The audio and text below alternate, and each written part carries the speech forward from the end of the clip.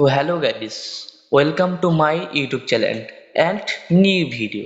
আজকের যে ভিডিওর ব্যাপারে আমি কথা বলবো সেই ভিডিওটা হচ্ছে যে অ্যালার্ট মোশন দিয়ে ভিডিও এডিটিং কিভাবে করবে, খুব সহজেই আপনি তোমাদের শিখাবো।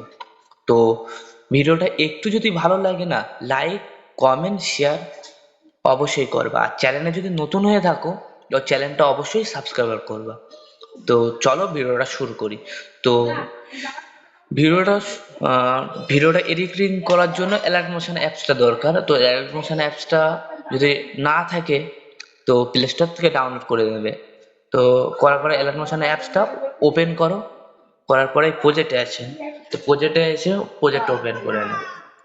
তো যদি প্রজেক্টটা না থাকে তাহলে যে কোনো একটা ইউটিউব চ্যানেল থেকে একটা প্রজেক্ট ডাউনলোড করে নেবে।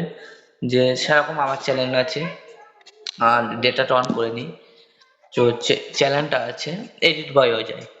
তো আমি সার্চ করে নিচ্ছি। তো আমার চ্যানেল থেকে চাইলে ভিডিওটা এক্সএমএল ফাইল নিতে পারো। আমার চ্যানেল থেকে নিলে একটু ভালো হবে, কারণ আমার চ্যানেলে ভিডিওটা ডাউনলোড করতে হয় না কারো, মানে ভিডিওটা ডাউনলোড করে সংটা লাগাতে হয় না, কারণ এক্সএমএল ফাইল ডাউনলোড করলে সং অটোমেটিক থাকে আমার এক্সএমএল ফাইলে। আমি এমনভাবে এক্সএমএল ফাইলগুলো তৈরি করি।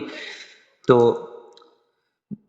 যে যে যার মানে যেরকম এক্সএমএল ফাইল দরকার তো সে সেরকম ভাবে করবে। তো আমি সার্চ করে নিই এডিট বাই অজয়।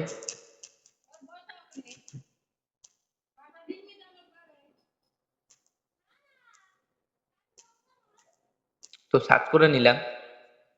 তো সার্চ করার নেওয়ার পরে প্রথমে যে চ্যানেলটা শো করছে ওটাই আমার চ্যানেল হবে। তো ভিডিও অপশনে গিয়ে 2 নম্বর ভিডিওটা ওপেন করলাম।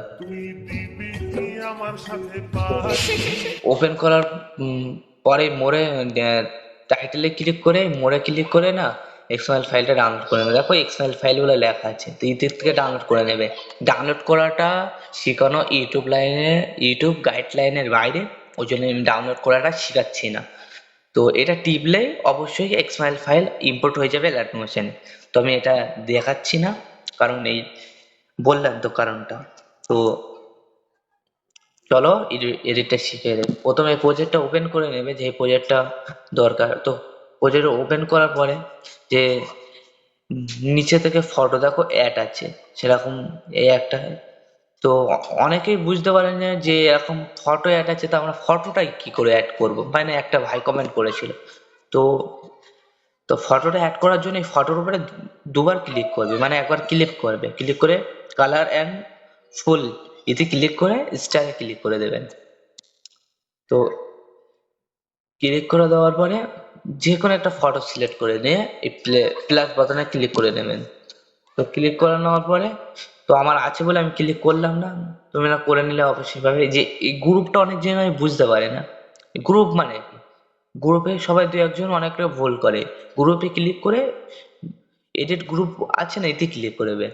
নিচে ক্লিক করে এই যে দেখো 4টে ফটো, এই 4টে ফটো কালার অ্যান্ড ফিলে ক্লিক করে ফটোটা অ্যাড করে দেবে।